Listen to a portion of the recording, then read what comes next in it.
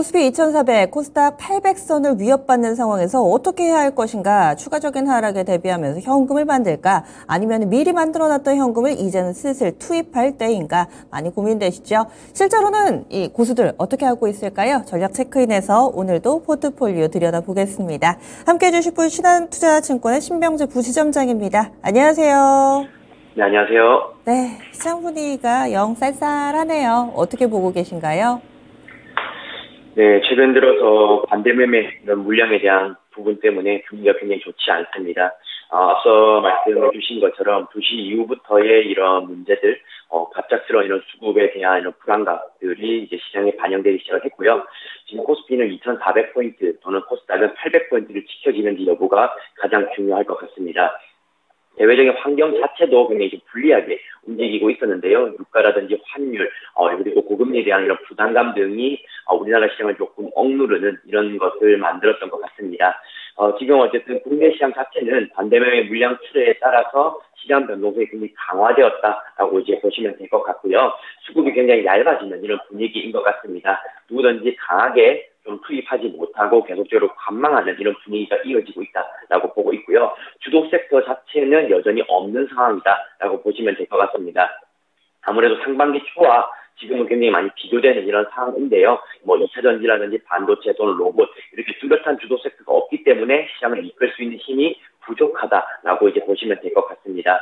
그래서 이번 주 또는 다음 주까지 이어지는 이런 분위기에는 2,400포인트를 지켜내는지가 좀 필요할 것 같고요.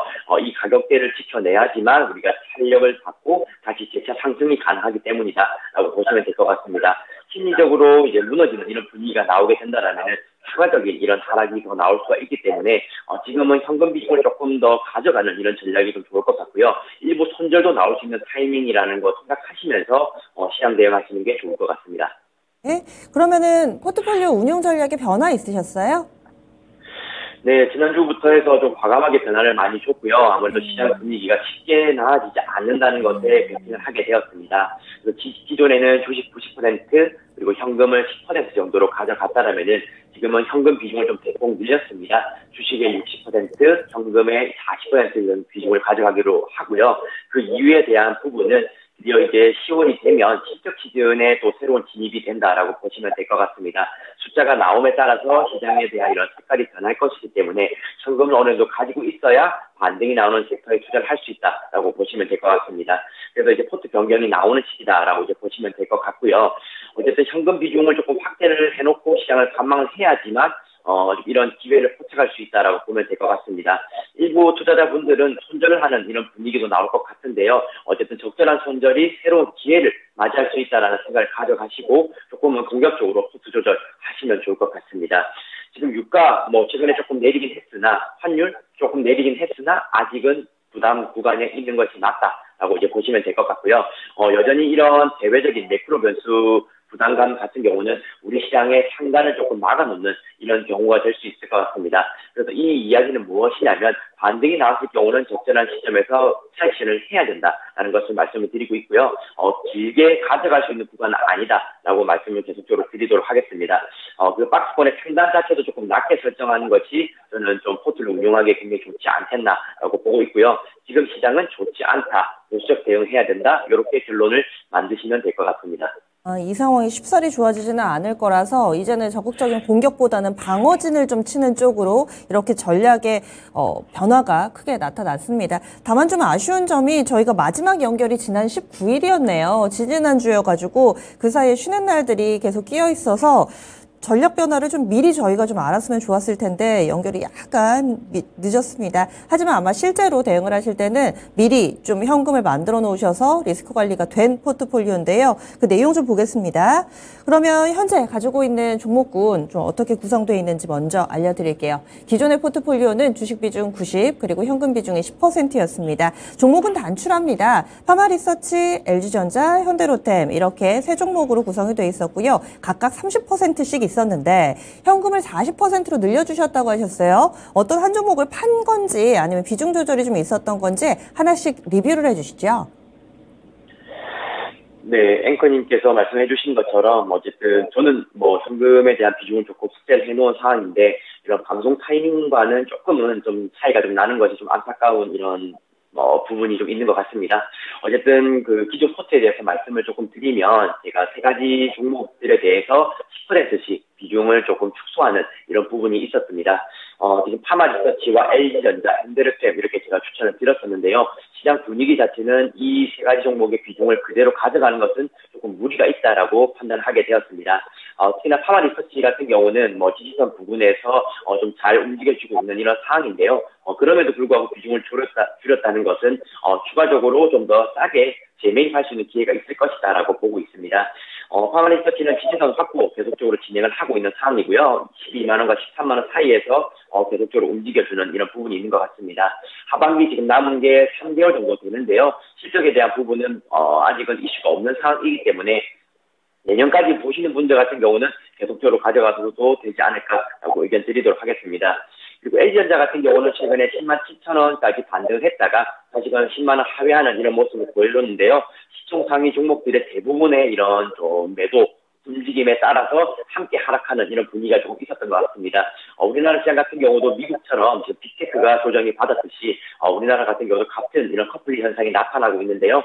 이런 부분에 따라서 비중이 조금 저희도 축소를 했다라고 이제 보시면 될 것 같습니다.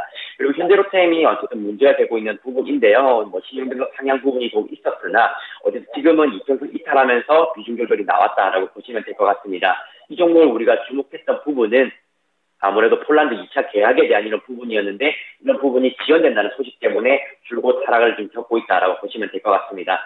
아무래도 연내 체결은 조금 어려워지는 이런 분위기가 있다라고 보시면 될 것 같고요. 하지만 전체적인 실적 분위기를 봤을 때 2025년까지는 크게 무리는 없다라고 이제 보시면 될 것 같습니다. 하지만 재진입 시기는 연내 체결이 어렵다는 이런 의견이 생김으로 인해서 제가 봤을 때는 내년 초나 이런 부분에 반등이 좀 나오지 않을까라고 보고 있고요. 하지만 전량 비중 조절을 하지 않은 것은 이미 거기에 대한 선반영 부분이 나타났기 때문이다라고 이제 보시면 될 것 같습니다. 그래서 지금은 파마리서치, LG전자, 현대로템 각각 20%씩 비중만 가지고 포트를 가지고 있다라고 보시면 될 것 같습니다. 그러면 미리 리스크 관리를 하셔가지고 실제로는 현금이 40%, 주식이 60%, 6대4의 비중으로 조절이 돼 있는데요. 현금이 있습니다. 이제 슬슬 저가 매수를 해야 되지 않냐라는 생각으로 보고 계신 분들도 있으실 테고요. 또 부지점장님도 살 거면 이 종목이다 이렇게 관심 갖고 보시는 종목이 있으세요?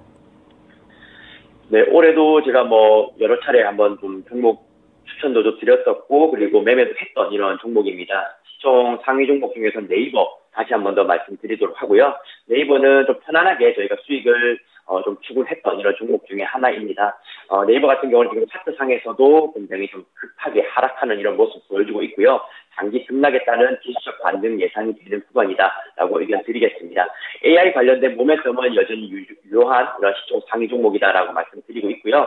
지금 사우디 장관이 어제 네이버 일치파트 사업을 방문을 했습니다. 그에 따라서 기술 협력 가능성에 대한 코멘트 충분히 나올 수 있는 부분이 있다라고 보고 있고요. 지금 미국 쪽에서는 구글과 메타랑 굉장히 비교가 많이 되는데 사실 이제 어쨌든 그 기업들을 따라가 온 것은 아니지만은 어쨌든 피어 그룹에서 대장주 역할을 하고 있는 구글이 가격을 잘 지켜주고 있는 상황이기 때문에 네이버 또한 지금의 자리에서는 반등이 충분히 나올 수 있는 구간이다라고 보면 될 것 같습니다. 그래서 제가 종목을 지금 포트를 말씀드리는 것은 20%, 30% 수익을 내자 이런 종목들은 아닌 것 같아요. 지금은 목표 수익률 자체를 굉장히 짧게 가져가야 되는 구간이고 5에서 10% 정도 사이가 도달한다라면은 발빠르게 엑시트하는 전략이 좋을 것 같습니다. 그런 것들도 위험하다고 생각이 된다라면은 제 생각엔 현금을 가지고 관망하는 전략이 좋을 것 같고요. 현금을 가지고 있는 상황이라면은 제가 봤을 때는 여러 종목들을 다시금 투입해 볼 수 있는 이런 기회가 올 것이다라고 보고 있습니다. 그래서 지금의 손절을 한다는 것은 이 종목으로 회복하는 속도보다 다른 종목에서 회복하는 것이 더 빠를 거라는 이런 속도감에서의 대응이다. 이런 것을 좀 참고를 하시면서 방송 들으시면 더 좋을 것 같습니다. 알겠습니다. 파이팅 하시고요. 다음 주에 뵙겠습니다. 네, 감사합니다. 네. 신병재 부지점장 포트폴리오였습니다. 지금 그러면 최종 포트폴리오 비중이 좀 줄었는데요. 살펴보겠습니다.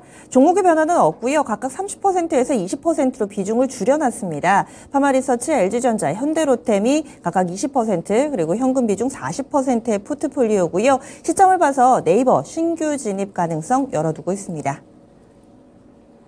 이렇게 해서 저희 준비한 내용 모두 전해드렸습니다. 다양한 투자 판단에 대한 도움 말씀드렸고요. 종목의 상승 하락을 보장하지는 않습니다. 다행히도 9시 구간은 괜찮습니다. 시장 내내 플러스권이 유지가 되고 있을 텐데 또 출렁출렁한 건 여전합니다. 남은 시간도 집중력 발휘해 보시고요. 전 여기서 인사드립니다. 함께해 주신 여러분 고맙습니다.